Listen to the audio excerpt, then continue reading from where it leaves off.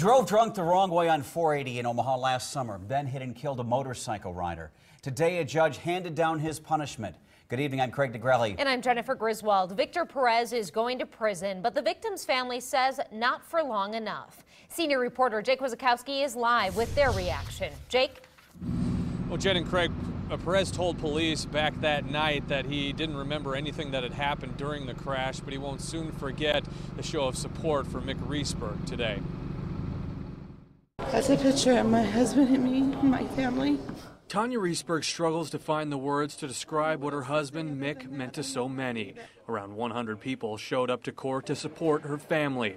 Today in court, she told the judge how her husband loved motorcycles and how her family is emotionally and financially devastated from losing him. But I did it for my husband because he's not here to speak.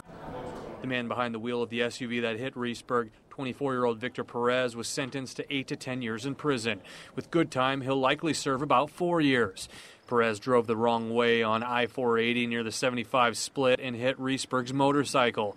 He didn't even stop and had a blood alcohol level of .191 when he was arrested 3 hours later in Council Bluffs. All by a choice. He made that choice to do that, and then he made the choice to leave my husband there on the side of the road to die. And he gets 8 to 10 years. The judge considered Perez's minimal criminal history and how drunk he was that night. He told police he didn't know what he hit. Today, Perez apologized and said, though he doesn't remember the crash, he knew what he did was wrong.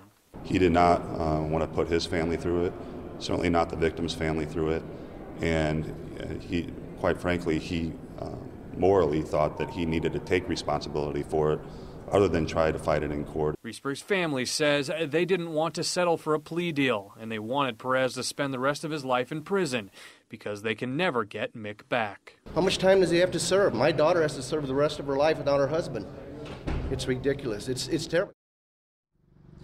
The maximum sentence for motor vehicle homicide is 20 years in prison. Again, Perez gets 8 to 10, will likely serve 4. He will get credit for 245 days served in jail. Reporting live outside the Douglas County Courthouse in downtown Omaha, Jake Wazakowski, KMTV Action 3 News.